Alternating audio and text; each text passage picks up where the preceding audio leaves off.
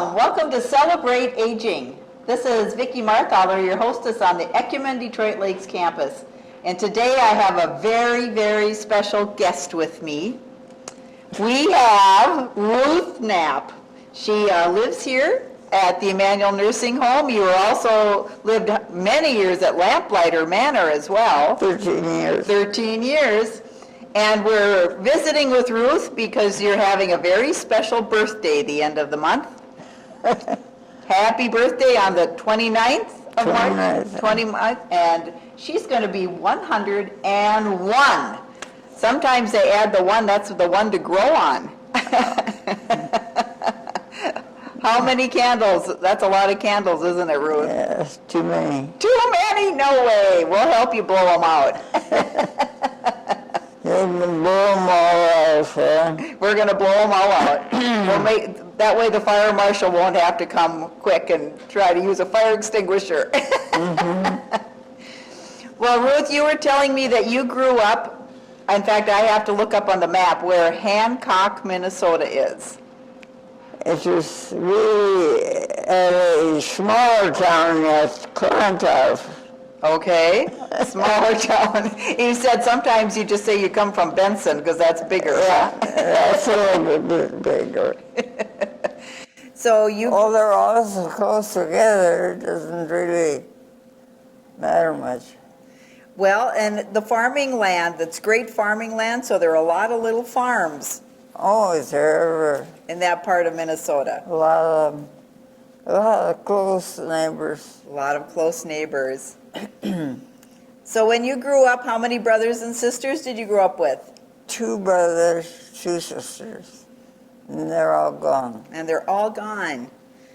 And you're the oldest of them all. So you probably helped your mom and dad quite a bit. Well, it was just natural to go to work. Well, and you said your dad wasn't very well. No, he wasn't able to work. So a lot of that fell upon you and your mom to keep everything together. Oh, my mother, I don't know how she ever did it. It was work, work, work. So you had a small farm. Yeah. And you did a lot of work. Did you have a garden, I suppose? Oh, yes, I had to have a garden. A lot of potatoes. A lot of potatoes. Well, you know, you can make some good food with good potatoes. Yeah, I guess so. On TV, they got those programs where they're cooking potatoes. You could probably give them lessons, I bet, Ruth. No.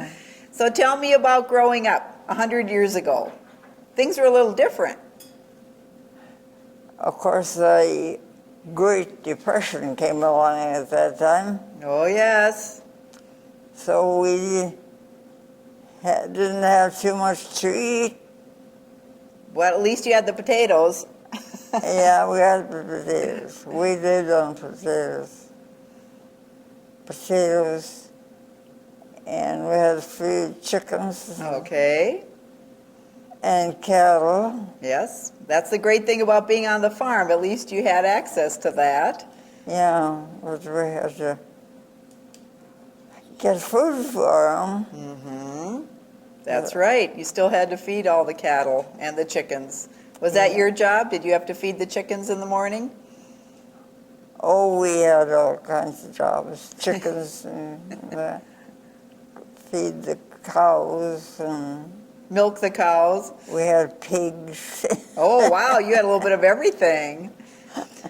So back during the Depression, do you remember the coupons that you had for sugar? And I know that there were certain stamps that, do you remember your mom having to collect those?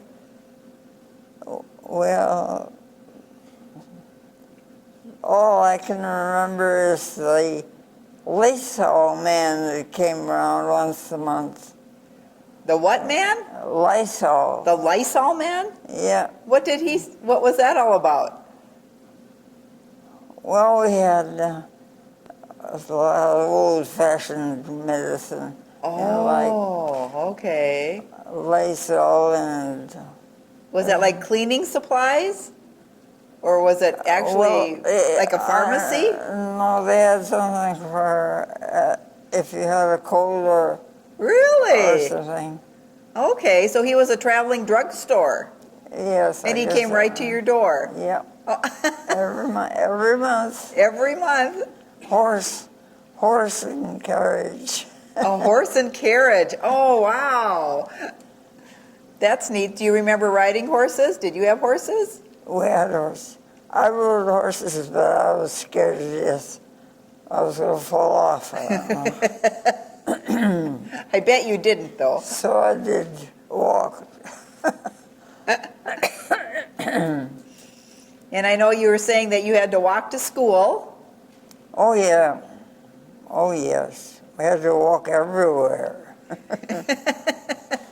No matter, because the neighbors are close, but we managed to see them once in a while. Now, I have a feeling that you're close, and the kids today, considering close, you probably had to walk a mile to your neighbor, but they only have to walk like half a block. You know, when you say that your neighbors were close. We have to put that in perspective. Yeah. They were probably down the road a bit. A little. A little. Did you have to walk to church too? No, we had an old jalopy You had an old jalopy? that we got to church. Okay. We managed to get to church every Sunday. Well, that's good. But then, and that was maybe a mile or two away. Okay. 2, I guess. Something like that. So then when you got married, you said you lived in Dilworth? Mm-hmm. Okay.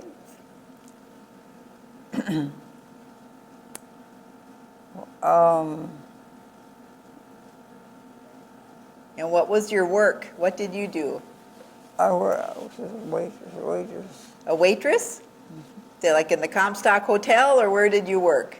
I worked at the Silver Moon. The Silver Moon. Mm-hmm. That was a very good supper club. Oh, was it ever? It was packed every night. Wow. And they had live music too sometimes, didn't they? Oh, not too much. But they had good food. oh, delicious. Steaks and all kinds of steaks and shrimp. And So did you work mostly at night then with the supper club, because it was a 4 to 12 for about 15 years. for 15 years? Boy, you put on the miles. I'd like to know how many miles you walked. Oh boy. They used to make fun of me because I take the short steps. Oh. Short steps and quick. We can't help it. You're not that tall. You have to No. take short steps. But then I got my way. And then the owners of that place, they're both, she was here in That's right. She lived at the Madison Apartments. the Madison Fair apartment. Mm-hmm. All of a sudden she passed away. Yeah. But her husband had passed away a couple of years before. Mm-hmm. No, it was a delightful lady. I remember meeting her, and she was so surprised that she got to visit with you too. You know, you got to talk about some good times. Yeah. And I felt kind of bad because the last time did see her, she said, "Will you be sure to come back?" And of course I said yes. Of course. Too late. Too late. Well, you have good memories. And the Silver Moon, I remember it being talked about as a spectacular place and Yes. excellent food. It had a good reputation. Everybody talked about that place. I don't know. You probably had repeat customers, and I bet they asked for you, Ruth. I have a feeling they did. Well, a few of them. Yeah. You took good care. You took good care. So now that you're going to be 101, do you have any advice for the people? Work hard. Work hard. Those are 2 4-letter words, and they mean something today. Yeah, I guess so. Work hard, work hard.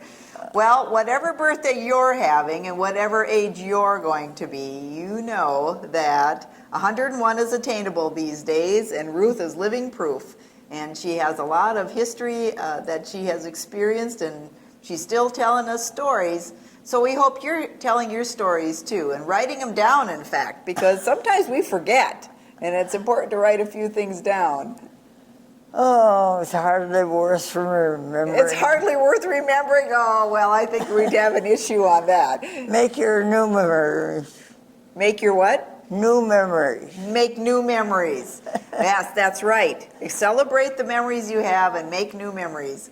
So this is Vicki and Ruth wishing you all the best, and have a great day.